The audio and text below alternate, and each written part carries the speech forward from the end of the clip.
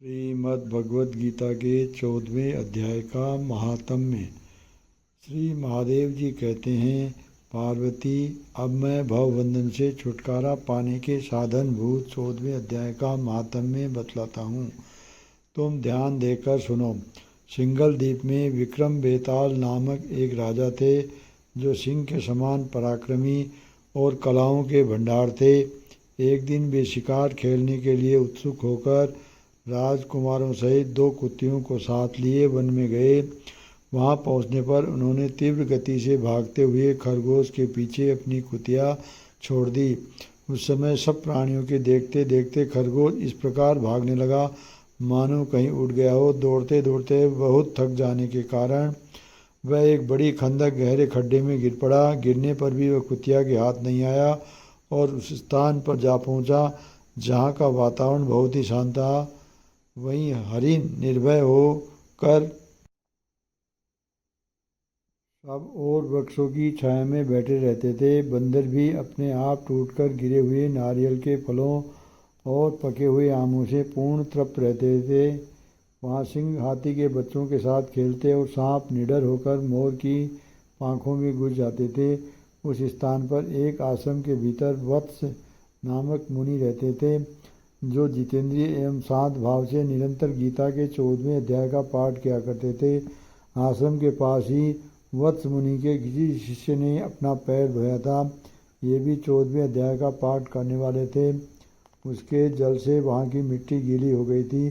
खरगोश का जीवन कुछ शेष था। वह हाँफता हुआ आकर उसी कीचड़ में गिर पड़ा। उसके स्पर्श मात्र से ही खरगोश दिव्य विमान पर बैठकर स्वर्ग लोक को चला गया। फिर कुतिया भी उसका पीछा करती हुई आई। वहाँ उसके शरीर में भी कुछ कीचड़ के छींटे लग गए। फिर भूख प्यास की पीड़ा से रहित हो कुतिया का रूप त्याग कर उसने दिव्यांगना का रमणीय रूप धारण कर लिया तथा गंधर्वों से सुशोभित दिव्य विमान पर आरूढ़ हो वह भी स्वर्ग लोक को चली गई। ये देखकर मुनि के मेधावी शिष्य स्वकंधर हंसने लगे। उन दोनों के पूर्व जन्म के वैर का कारण सोचकर उन्हें बड़ा विस्मय हुआ था। उस समय राजा के नेत्र भी आश्चर्य से चकित हो उठे। उन्होंने बड़ी भक्ति के साथ प्रणाम करके पूछा, विप्रवर, नीच योनि में पड़े हुए दोनों प्राणी कुतिया और खरगोश ज्ञानहीन होते हुए भी जो स्वर्ग में चले गए, इसका क्या कारण है? इसकी कथा सुनाइए। शिष्य ने कहा, गोपाल, इस वन में वत्स नामक ब्राह्मण रहते हैं। वे बड़े जितेंद्रिय महात्मा हैं। गीता के 14वें अध्याय का सदा जप किया करते हैं। मैं उन्हीं का शिष्य हूँ। मैंने भी ब्रह्म विद्या में विशेषज्ञता प्राप्त की है। गुरुजी की ही भांति मैं भी 14वें अध्याय का प्रतिदिन जप करता हूँ। मेरे पैर धोने के जल में लौटने के कारण यह खरगोश कुतिया के साथ ही स्वर्ग लोक को प्राप्त हुआ। अब मैं अपने हंसने का कारण बताता हूँ। महाराष्ट्र में प्रत्युदक नामक महान नगर है। वहाँ केशव नाम का एक ब्राह्मण रहता था, जो कपटी मनुष्यों में अग्रगण्य था। उसकी स्त्री का नाम विलोबना था। वह स्वच्छंद विहार करने वाली थी। इससे क्रोध में आकर जन्म भर के वैर को याद करके ब्राह्मण ने अपनी स्त्री का वध कर डाला और उसी पाप से उसको खरगोश की योनि में जन्म मिला। ब्राह्मणी भी अपने पाप के कारण कुतिया हुई। श्री महादेव जी कहते हैं, ये सारी कथा सुनकर श्रद्धालु राजा ने गीता के 14वें अध्याय का पाठ आरंभ कर दिया। इससे उन्हें परम गति की प्राप्ति हुई। श्री परमात्मने नमः। ओम नमो भगवती वासुदेवाय नमः। श्री परमात्मने नमः। अतः 14दशो अध्याय। श्री भगवान वाच, परम भूये प्रवक्ष्यामि ज्ञानानां ज्ञानमुत्तमम् यज्ञात्वा मुनये सर्वे परां सिद्धिमितो गता। इदं ज्ञानमुपाश्रित्य मम साधर्म्यमागता सर्गेऽपि नोपजायन्ते प्रलये न व्यथिन्ति च। मम योनि महद्ब्रह्म तस्मिन् गर्भे ददाम्यहं सम्भवः सर्वभूतानां ततो भवति भारत। सर्वयोनिषु कौन्तेय मूर्तये सम्भवन्ति या तासा ब्रह्म महोद्योनिरहं बीजे प्रदय पिता सत्वं रजस्तम इति गुणा प्रकृति संभवा निबृधन्ति महाभावो देहे देहिनमव्ययम् तत्र सत्वं निर्मलत्वा प्रकाशकं नामयं सुखसंगेन वैद्राति ज्ञानसंगेन चानघ रजोरागात्मकं विद्धि तृष्णासंगसमुद्भवं तनिबध्नाति कौन्तेय कर्मसंगेन देहिनम् तमस्तु ज्ञानजं विद्धि मोहनं सर्वदेहिनां प्रमादालस्य निद्राभिस्तभिन्न बधाति भारत सत्वं सुखे संजयति रजे कर्मणि भारत ज्ञानमावृत्य तु तम प्रमादे संजयत्युत रजस्तं सापि भूये सत्वं भवति भारत रजे सत्वं तमश्चैव तमः सत्वं रजस्तथा सर्वदारेषु देहिस्मि प्रकाशे उपजायते ज्ञानं यदा तदा विद्या दिवृद्धं सत्वमित्युत लोभं प्रकृतिरारम्भः कर्मणां समयस्तः रजस्थितानि जायन्ते विवृद्धे भारतस्मै अप्रकाशो प्रवृत्तिश्च प्रमादो मोह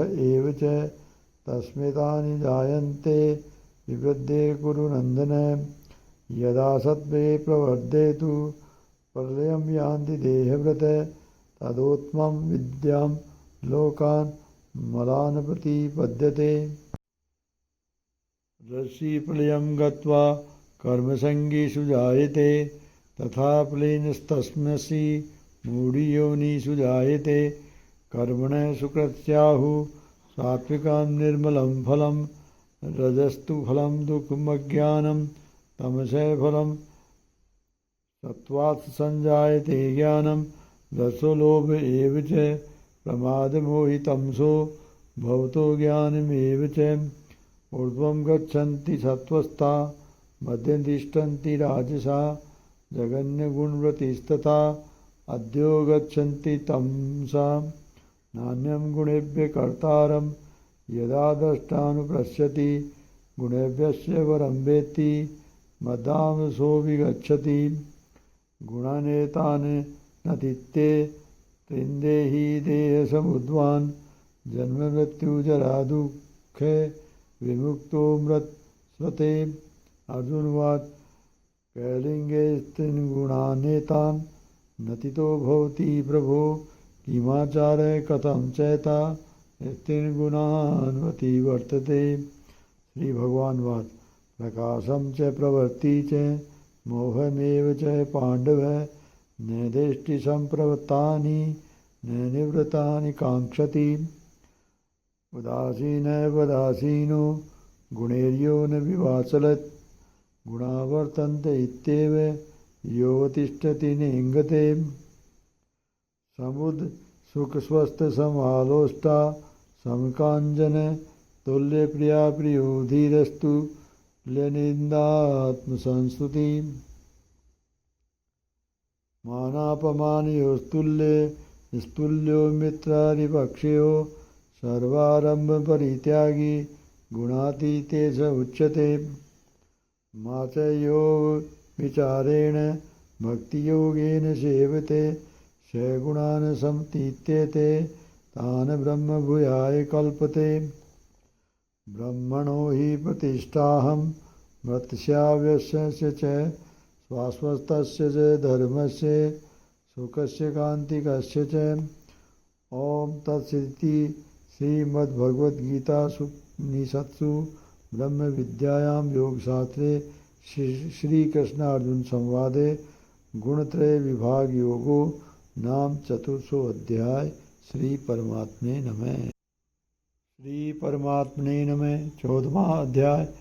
उसके उपरांत श्री कृष्ण भगवान बोले, हे अर्जुन, ज्ञानों में भी अति उत्तम परम ज्ञान को मैं फिर भी तेरे लिए कहूँगा कि जिसको जानकर सब मुनिजन इस संसार से मुक्त होकर परम सिद्धि को प्राप्त हो गए।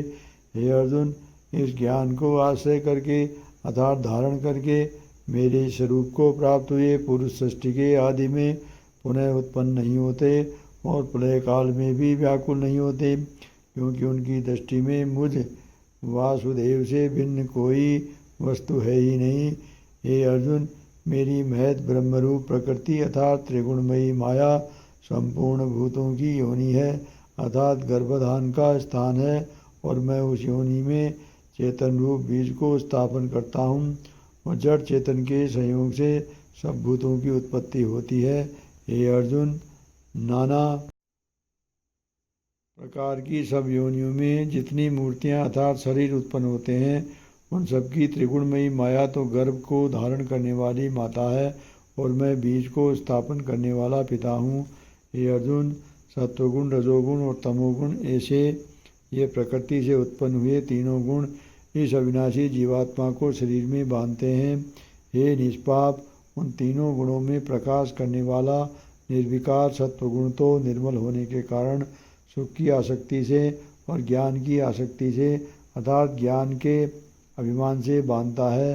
हे अर्जुन, राग रूप रजोगुण को कामना और आसक्ति से उत्पन्न हुआ जान वह इस जीवात्मा को कर्मों की और उनके फल की आसक्ति से बांधता है। और हे अर्जुन, सर्व देहाभिमानियों के मोहने वाले तमोगुण को अज्ञान से उत्पन्न हुआ जान वह इस जीवात्मा को प्रमाद, आलस्य और निद्रा के द्वारा बांधता है, क्योंकि हे अर्जुन, सत्वगुण सुख में लगाता है और रजोगुण कर्म में लगाता है तथा तमोगुण तो ज्ञान को आच्छादन करके अर्थात ढक के प्रमाद में भी लगाता है। और हे अर्जुन, रजोगुण और तमोगुण को दबाकर सत्वगुण होता है अर्थात बढ़ता है तथा रजोगुण और सत्वगुण को दबाकर तमोगुण बढ़ता है। वैसे ही तमोगुण और सत्वगुण को दबाकर रजोगुण बढ़ता है। इसलिए जिस काल में इस देह में तथा अंतःकरण और इंद्रियों में चेतनता और बोध शक्ति उत्पन्न होती है, उस काल में ऐसा जानना चाहिए कि सत्वगुण बढ़ा है। और हे अर्जुन, रजोगुण के बढ़ने पर लोभ और प्रवृत्ति अर्थात सांसारिक चेष्टा तथा सब प्रकार के कर्मों का स्वार्थ बुद्धि से आरंभ एवं अशांति अर्थात मन की चंचलता और विषय भोगों की लालसा ये सब उत्पन्न होते हैं। तथा हे अर्जुन, तमोगुण के बढ़ने पर अंतःकरण और इंद्रियों में अप्रकाश एवं कर्तव्य कर्मों में अप्रवृत्ति और प्रमाद अर्थात व्यर्थ चेष्टा और निद्रादि अंतःकरण की मोहनी वृत्तियाँ ये सब ही उत्पन्न होते हैं। हे अर्जुन, जब ये जीवात्मा सत्वगुण की वृद्धि में मृत्यु को प्राप्त होता है, तब तो उत्तम कर्म करने वालों के मल रहित अर्थात दिव्य स्वर्गादि लोकों को प्राप्त होता है। रजोगुण के बढ़ने पर अर्थात जिस काल में रजोगुण बढ़ता है, उस काल में मृत्यु को प्राप्त होकर कर्मों की आसक्ति वाले मनुष्य में उत्पन्न होता है तथा तमोगुण के बढ़ने पर मरा हुआ पुरुष, कीट, पशु आदि मूढ़ योनियों में उत्पन्न होता है। क्योंकि सात्विक कर्म का तो सात्विक अर्थात सुख, ज्ञान और वैराग्य आदि निर्मल फल कहा है और राजस कर्म का फल दुख एवं तामस कर्म का फल अज्ञान कहा है। सत्व गुण से ज्ञान उत्पन्न होता है और रजोगुण से निसंदेह लोभ उत्पन्न होता है तथा तमोगुण से प्रमाद और मोह उत्पन्न होते हैं और अज्ञान भी होता है। इसलिए सत्व गुण में स्थित हुए पुरुष स्वर्ग आदि उच्च लोगों को जानते हैं और रजोगुण में स्थित राजस पुरुष मध्य में अर्थात मनुष्य लोक में ही रहते हैं। एवं तमोगुण के कार्य रूप निद्रा, प्रमाद और आलस्य आदि में स्थित हुए तामस पुरुष अधोगति को अर्थात कीट, पशु आदि नीच योनियों को प्राप्त होते हैं। हे अर्जुन, जिस काल में दृष्टा अर्थात समष्टि चेतन में एक ही भाव से स्थित हुआ साक्षी पुरुष तीनों गुणों के सिवा अन्य किसी को करता नहीं देखता है अर्थात गुण ही गुणों में वर्तते हैं ऐसा देखता है और तीनों गुणों से परे अति सच्चिदानंद घन स्वरूप मुझ परमात्मा को तत्व से जानता है, उस काल में वह पुरुष मेरे स्वरूप को प्राप्त होता है तथा यह पुरुष इन स्थूल शरीर की उत्पत्ति के कारण तीनों गुणों को उल्लंघन करके जन्म, मृत्यु, वृद्धावस्था और सब प्रकार के दुखों से मुक्त हुआ परमानंद को प्राप्त होता है।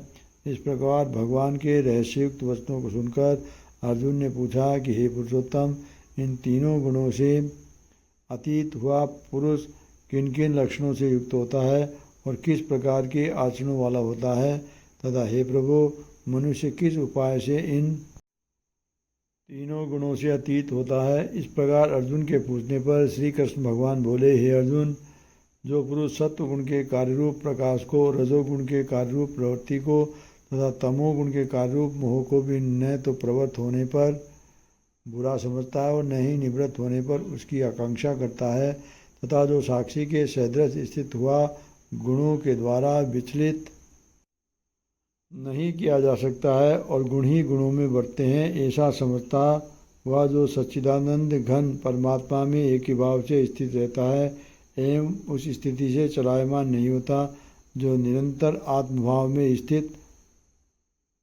हुआ दुख सुख को समान समझने वाला है तथा मिट्टी पत्थर और स्वर्ण में समान भाव वाला और धैर्यवान है, तथा जो प्रिय और अप्रिय को बराबर समझता है और अपनी निंदा स्तुति में भी समान भाव वाला है, तथा जो मान और अपमान में सम है एवं मित्र और बैरी के पक्ष में भी सम है, वह संपूर्ण आरंभों में कर्तापन के अभिमान से रहित हुआ पुरुष गुणातीत कहा जाता है।